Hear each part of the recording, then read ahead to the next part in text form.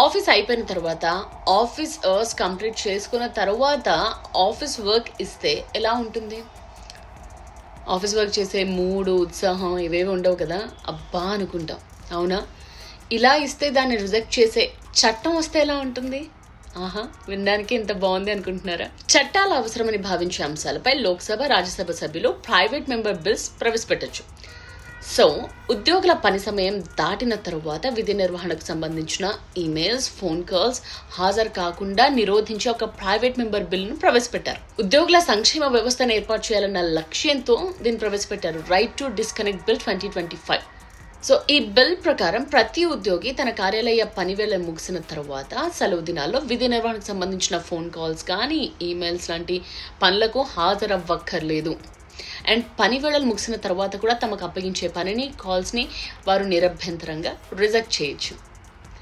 కానీ ఇది అమలవుతుందా? చట్టం అవుతుందా? ఈ చట్టం మీద మీరేమనుకుంటున్నారు? ఇది ఉంటే బాగుంటుందా లేకపోతే బాగుంటుందా? కామెంట్ చేయండి.